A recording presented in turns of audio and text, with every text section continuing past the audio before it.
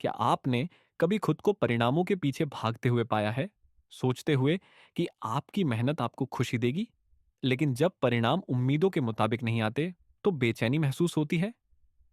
अगर ऐसा है, तो आप अकेले नहीं हैं। आज मैं आपके साथ भगवत गीता से एक अमूल्य सीख साझा करना चाहता हूं, जिसने मेरा जीवन बदल दिया और यह आपका भी जीवन बदल सकती है।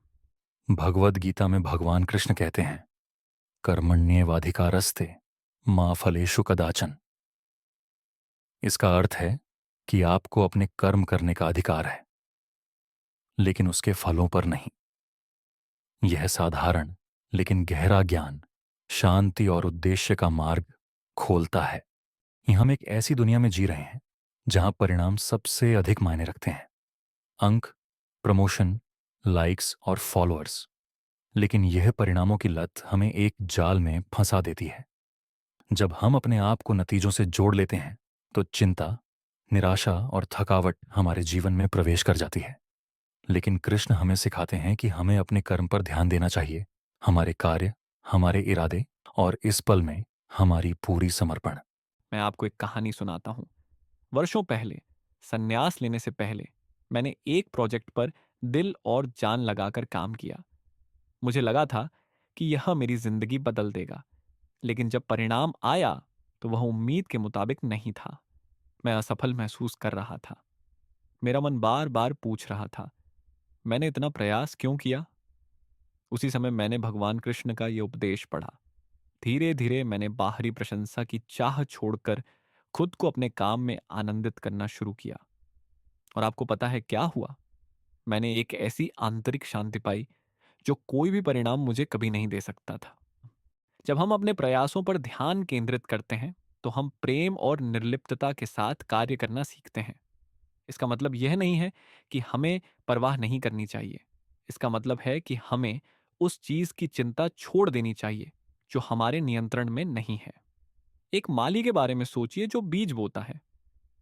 माली फूलों को खिलने के लिए मजबूर नहीं कर सकता, लेकिन वह मिट्टी की देखभाल कर सकता है, पौधों को पानी दे सकता है और उन्हें धूप दे सकता है। परिणाम अपने समय पर आता है, और भले ही ना आए, देखभाल का कार्य अपने आप में आनंदमय है। तो आप अपने जीवन में इस ज्ञान को कैसे लागू कर सकते हैं?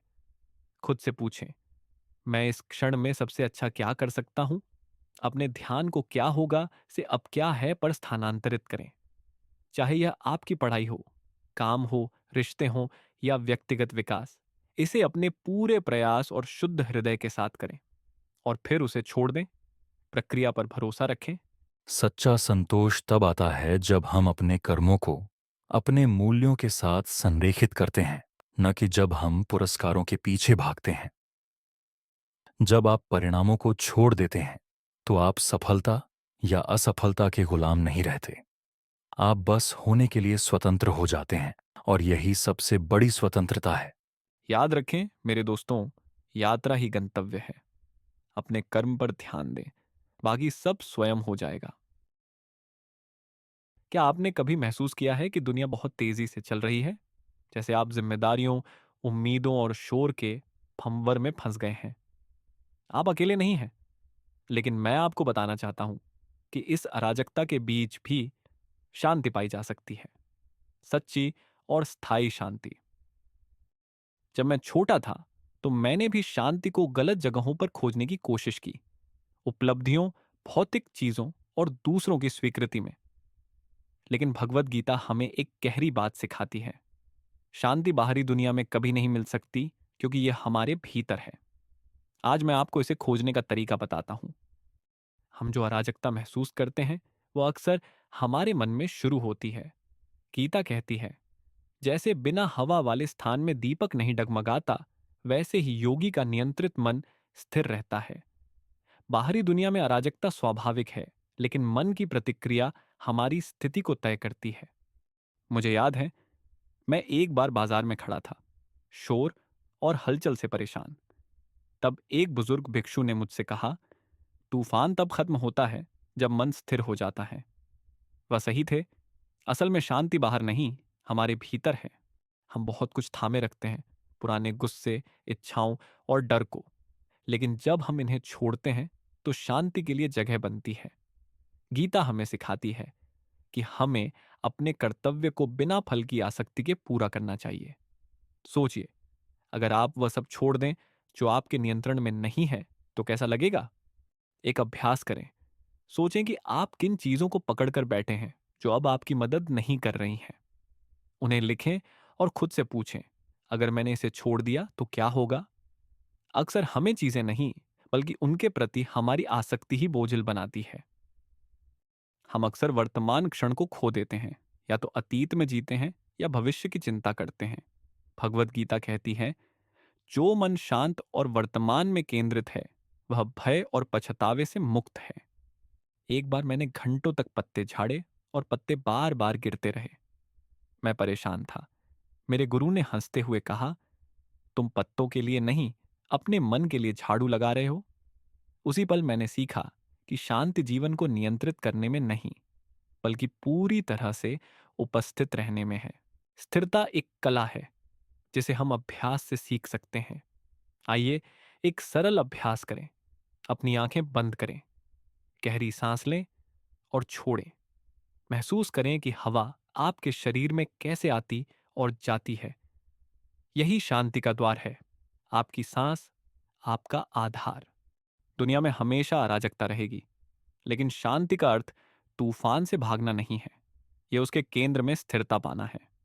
अपने जीवन की प्राथमिकताओं पर विचार करें। जीवन की दौड़ में आप किसे खो रहे हैं? याद रखें, शांति आपके भीतर से शुरू होती है। अगर आपको यह संदेश प्रेरणादायक लगा, तो इसे किसी ऐसे व्यक्ति के साथ साझा करें जिसे इसकी जरूरत हो। और यदि आप अपनी यात्रा में और मार्गदर्शन चाहते हैं, तो मुझसे फिर जुड़ें।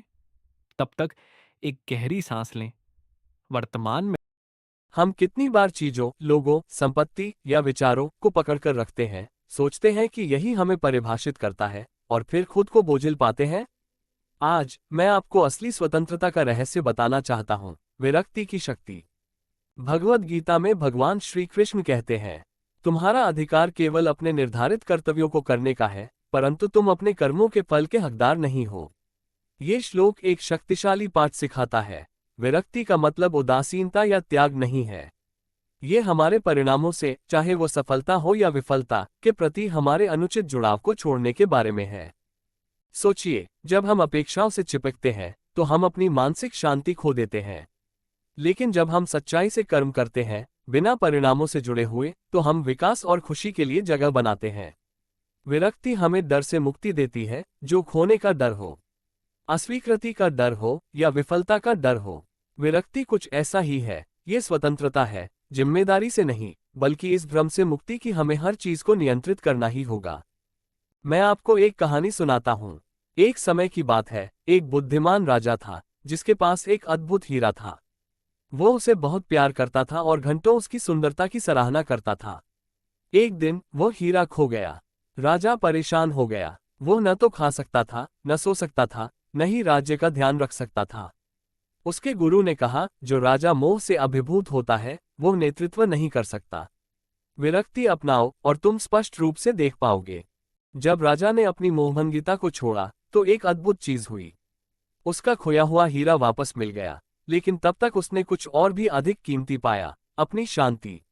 व्यवसाय और जीवन में मैंने देखा है कि लोग तब टूट जाते हैं जब वे अपनी आत्ममूल्यता को बाहरी चीजों से जोड़ लेते हैं, एक जॉब टाइटल, संपत्ति या किसी के अनुमोदन से।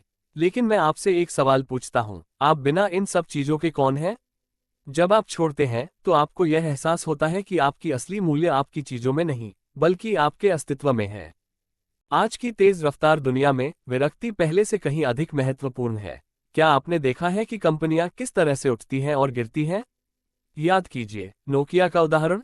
एक समय वो मोबाइल उद्योग का दिग्गज था, लेकिन वो अपनी धार खो बैठा, क्योंकि वो पुरानी विचारधाराओं से चिपका हुआ था। ये हम सभी पर लागू होता है। अतीत से चिपकना हमें नए अवसरों को देखने से अंधा कर देता है। विरक्ति हमें अनुकूलित होने और विकसित होने में मदद करती है। जीवन एक नदी जैसा है। जब आप प्रतिरोध करते हैं, तो आप संघर्ष करते हैं। जब आप बहते हैं, तो आप फलते फूलते हैं। विरक्ति कमजोरी नहीं है, ये बुद्धिमत्ता है। विरक्ति का अभ्यास शुरू करने के लिए 3 कदम हैं। स्वयं का निरीक्षण। हर शाम खुद से पूछिए, मैं किससे चिपका हुआ हूं? जर्नलिंग से छिपे हुए जुड़ावों का पता चलता है। सजगता, जब आप अभिभूत महसूस करें तो रुकिए और श्वास लें। खुद को याद दिलाइए कि नियंत्रण केवल एक भ्रम है। लक्ष्यपूर्ण क्रिया, परिणामों पर घबराए बिना अपना सर्वश्रेष्ठ करने पर ध्यान केंद्रित करें। प्रक्रिया पर विश्वास रखें। याद रखें, विरक्ति का मतलब अपनी पसंदीदा चीजों को छोड़ना नहीं है। ये बिना किसी डर के स्वतंत्र रूप से प्यार करने के बारे में है। जब आप विरक्त होते हैं तो आप गहरी प्रेम करते हैं, क्योंकि आप बिना किसी बंधन के प्रेम करते हैं। विरक्ति सिर्फ एक अभ्यास नहीं है, यह एक यात्रा है, आपके अस्तित्व के मूल तक पहुंचने की यात्रा।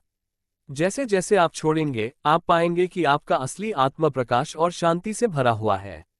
तो आज आप क्या छोड़ने जा रहे हैं? अपने विचारों को कमेंट्स में साझा करें। आइए हम इस मार्ग पर एक साथ चलें।